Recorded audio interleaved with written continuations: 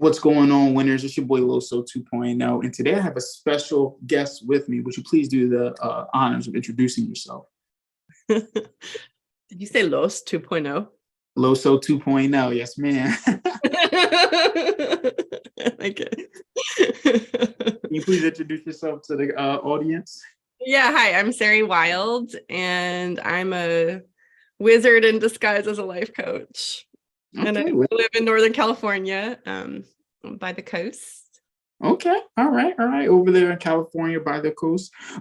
So you said that you're a wizard in disguise of a life coach. Why don't you kind of talk about what you mean by that?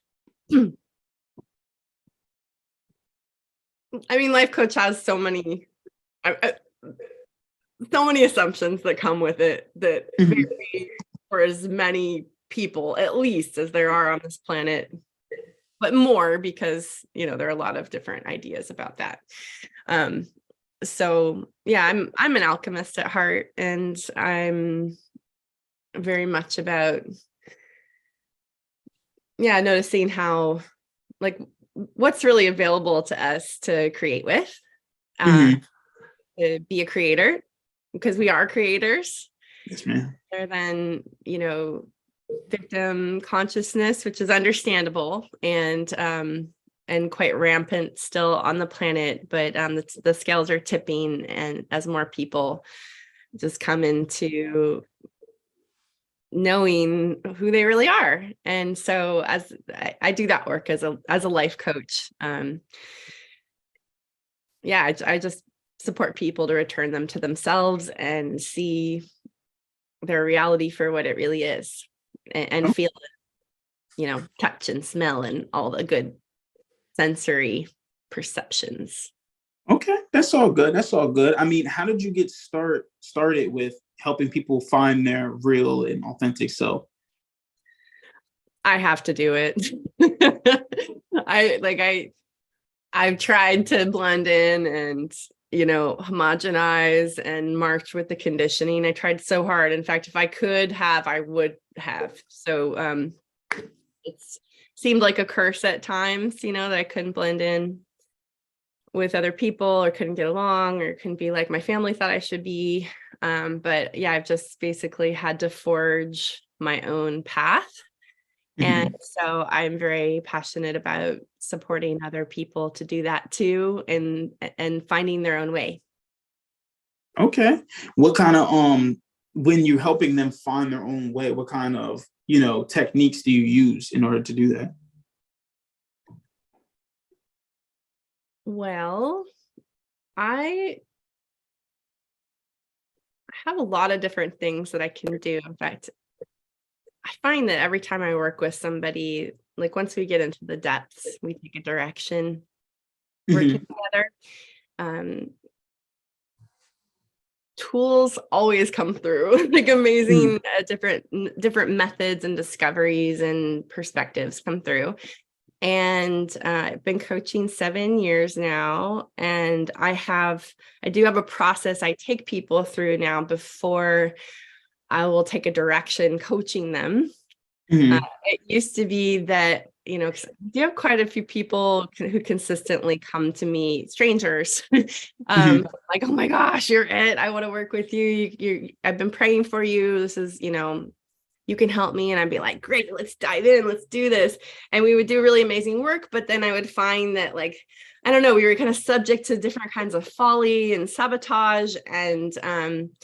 And even for all the great work that we would do, there would be like this residue that remained. And so, and I noticed that in myself too, because I've worked with a lot of different people. I'm like an expert client. I'm really good at like enrolling like the right help for me. That's been really deep in my process.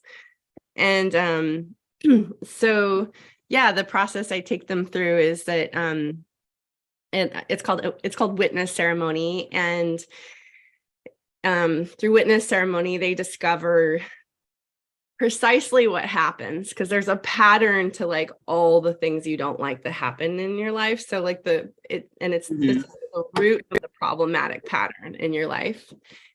Like it's that thing that persists seemingly no matter what you do. Mhm. And sometimes it's just annoying. And then sometimes it gets to these like epic proportions where it's like, why is this still happening? So like we precisely identify what that is, like what Mhm. happened and how you do it and why you do it. Of course.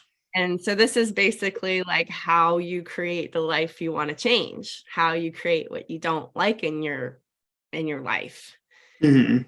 And it allows the piece that's inside there, because it's the pattern itself is protecting a little one. Mhm.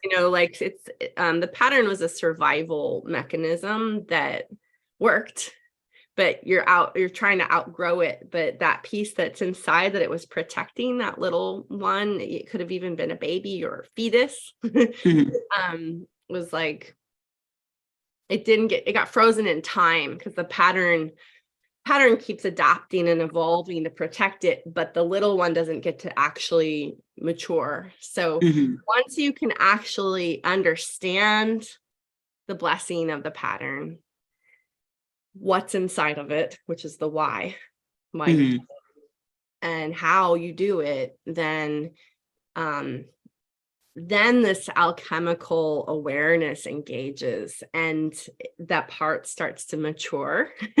Yeah. And it also gives you the power to actually consent to doing something different. Whereas like if you're trying to change the pattern without really understanding it fully, what happens is it's the most adaptable thing in you. Mhm. And it's not necessarily you, it's more like a construct for you. Yeah. But when you try to like go and change it or get rid of it, it just adapts and it can seem like it's gone for a while and then it'll come up in a new way.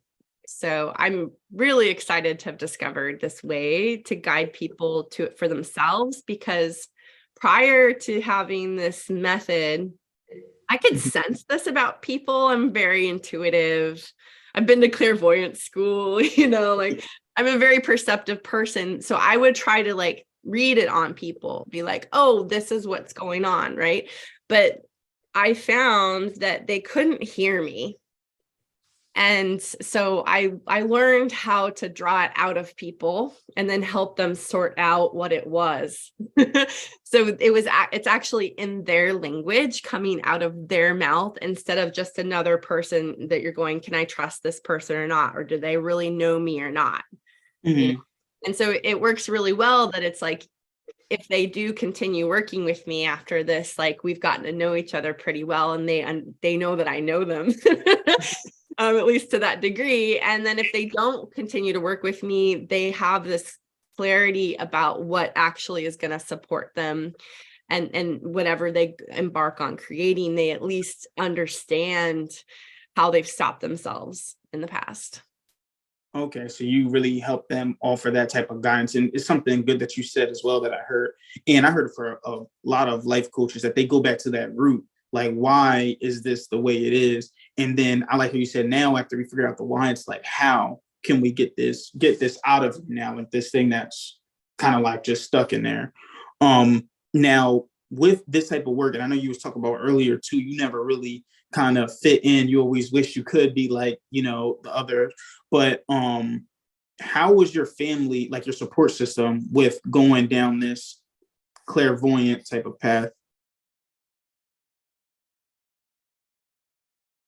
I mean, I think they've always just been like, where did this one come from? um, yeah, and me trying to fit in is just like, this isn't working for us either. So no, it wasn't. It's just like I was just doing what I was doing, and um, I've mostly felt like a lone wolf in my family. However, through all the work that I've done, I've actually been able to have closer relationships with some people in my family than I ever thought. I mean, I'd given up on it. So that's been a really wonderful, gift. Mhm. of being myself, which I think that's what happens. It's like a lot of times when we're feeling left out or not accepted, we're the ones doing it. And, maybe it's definitely rooted in our childhood and, all that, but there comes a point where you have to take on responsibility for it. And I think before we consciously take responsibility for it, we unconsciously take on playing the roles of the limiting people in our lives internally. And so it really becomes a self entanglement and untangling to do, because it's like we want to like keep projecting it onto our parents and our environment, but we're actually the most influential people in our lives, and our environments are a projection of our internal world. Mm-hmm. So yeah, that's where it's like I've been getting in touch with parts of myself that were really quite immature because they were frozen in time inside my own pattern. Mm-hmm. You want to hear what my pattern is? What is your pattern? Mine is, so you get the statement out of the work, and then it's a lifetime of integrating it and letting it evolve. Mm-hmm. So mine is, when people love me and leave me, I feel connected to God. Okay. People love you and leave you, you feel connected to God. Yeah. Okay. It has this really kind of like crazy logic. They all always have this kind of. I know, I was like trying to people love me. But I guess, it's kind of like, I think I was just reading 12 Rules of Life by Jordan B. Peterson. And I mean, even that statement kind of has a little bit connection to what I was thinking about earlier when I made some content posts about the idea that, there's actually beauty in the pain in life and the failures in life. So you saying, people love me and leave me, I feel connected to God. It's almost like, yeah, when they love you, then they leave you, you get to find more of yourself and, find ways to become more of yourself and get more connected with your spiritual side. So yeah, I guess that's what I interpreted from that. I mean, I don't know what your was from that, but yeah, I mean, you're with me. You want to hear me break it down a little bit, my understanding of it? Yeah, go ahead. So, the pattern is, it works because it delivers me to God. Mm-hmm. And yet, we can cognitively know that I'm always connected to God, Mm-hmm. or source or whatever, I'm fine with God at this point. I just work with that. It's easy. But it's myself, the divinity of who I am as a creator. It could also be described. Mm-hmm. But so cognitively, I've known for a long, long time that I am connected to God. However, my pattern, because it's set up in survival in my family, is that, and because I was dependent, right? Like when we're babies, and children, we're very, very dependent. Mm. So we have to work with our parents to be safe and fed and cared for and all that. And so, people, and the pattern for me is that there's a lot of love bombing, which is it's something in an abuse cycle.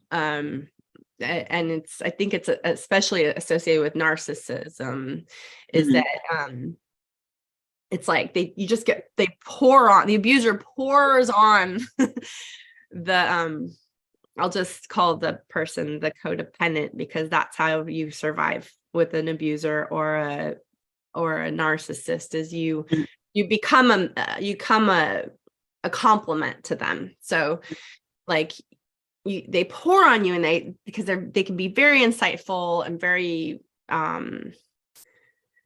very warm and can sense what it is that you desire, right? And so at first they say and even do everything that you dreamed of. Mm-hmm. And you get poured on. And then there comes a point where they stop or something happens that contradicts that. Mm-hmm. And it's like, but see how much I loved you. And it's like, but that didn't feel right. That didn't feel loving. But so it's like, you get sold on that it's all love, even though there's unloving behavior or harmful behavior in there. And as the cycle goes on, it's like the love bombing phase gets smaller and smaller and smaller. You know, like if you think of like a physically abusive relationship, it's like after, you know, let's say after the woman has been beaten the next day or in the following days, then he comes back and he's like, I'm so sorry, I love you so much, I'm gonna get help, like here's some flowers, let me take you out. Then that's back to the love bombing phase. And she goes, oh, well, okay, I know you didn't mean it, you didn't want to hurt me, and you know, anyway, there's all kinds of like dynamics going on in there. But so that's basically what mine is. It's like, they love me. That's the love bombing part. And I would actively participate in that. It's just like, let's for the moon, you know? And it wouldn't just be with romance. It would be like with projects with people, you know, and things I wanted to create and businesses. Just like, we'd start shit up and we'd have like all these ways we were like really intimate in each other's lives. And then something would be too much and they would leave, or I would kind of force them to leave, or I would leave, you know. So then I have this abandonment experience, which mirrors my early patterning. Like I would feel super, super loved, and then I would be like totally alone. And then like when I'm at the bottom of the well, feeling super abandoned, that's when I go, oh yeah, God is always here. Like it's quiet enough without all these projections of like the source of love being outside of me. I'm returned to reality and build up from there. And then there's this period of like grace and flow and everything's going great. And then a great connection happens. And then boom, the love bombing's happening again. I'm being loved. That's wonderful. And then it's over. And so it just goes over and over in many different ways. Okay. So now I see what you're saying though. Now a little bit more on that. Now, I mean, your interpretation, I guess, is similar to what I was saying, but I like that breakdown right there. Now I see you have quite a few books behind you. Looks like you're a reader. I was actually listening to an entrepreneur, Russell Brunson, and he said, show me your library, I can show what type of person you are. So I ask you, what's your favorite book and what's like the biggest lesson that you learned from it? My favorite book.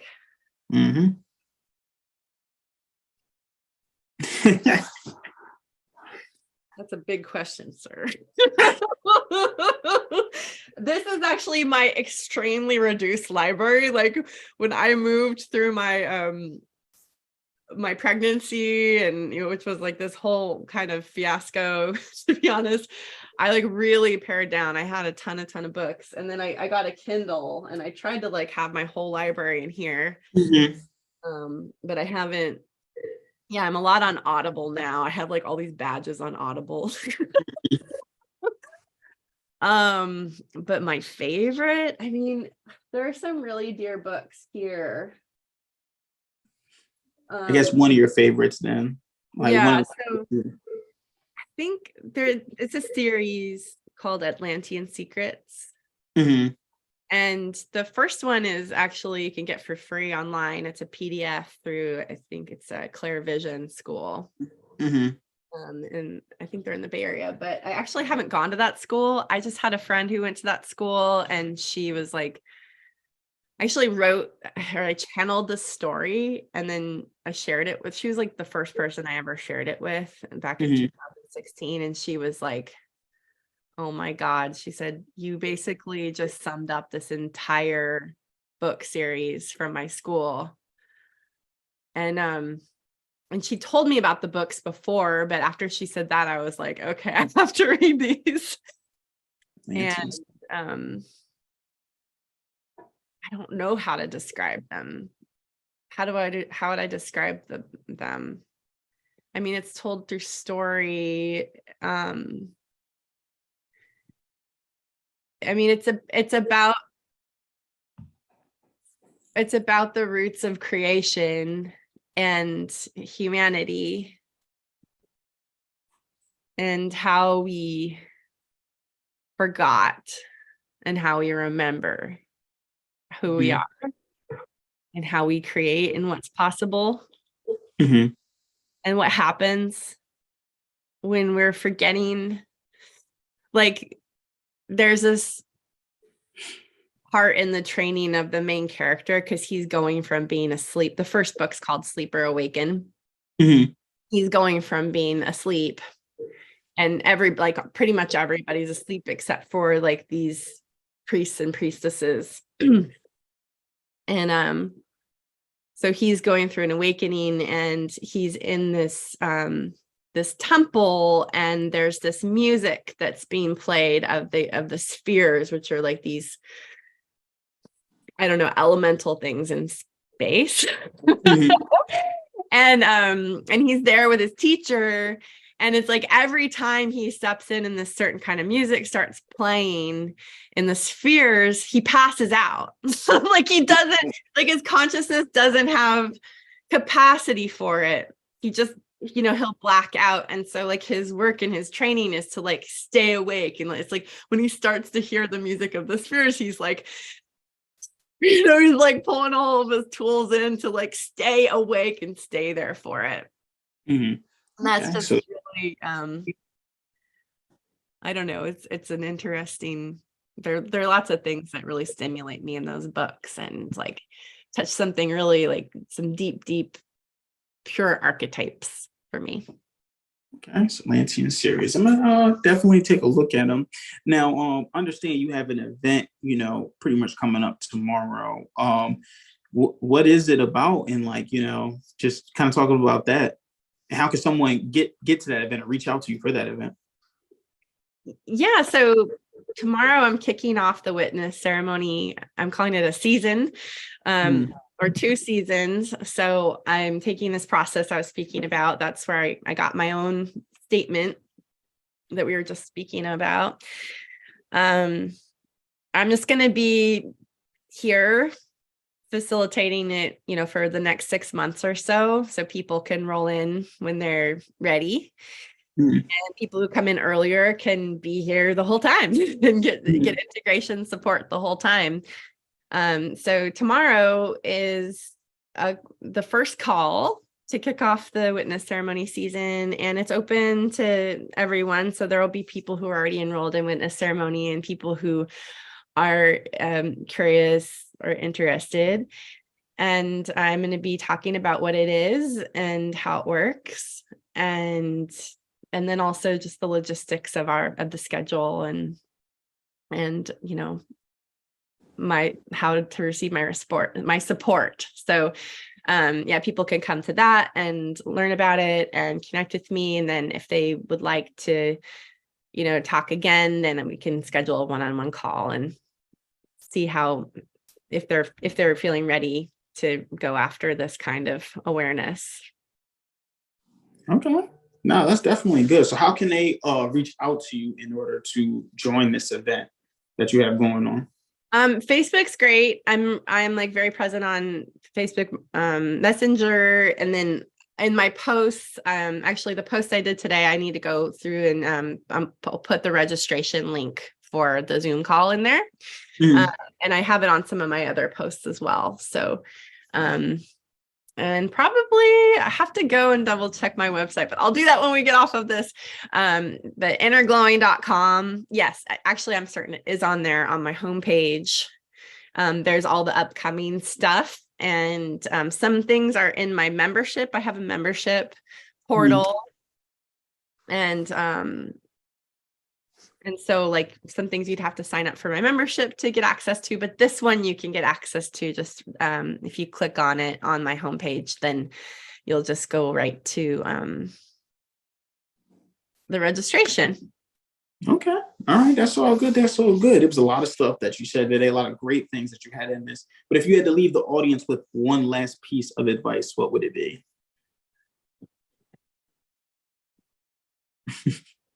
Well, I mean, what I wrote this morning, what my post was this morning, was really just like this clear, concise piece. And it's like, before you embark on creating something, or pursuing a desire, find out how you created what you don't want in your life. Mm-hmm. Because that's going to actually map for you how you work, how you do create, how you have created, so you can understand that. And then it also invokes more grace and continuity and self-forgiveness as you go along and hit those points of your pattern that come up and have stopped you or tripped you up in the past. So it's like, I think, especially those of us who are like really driven, sometimes we will just get up and then we'll just like run right into the wall again,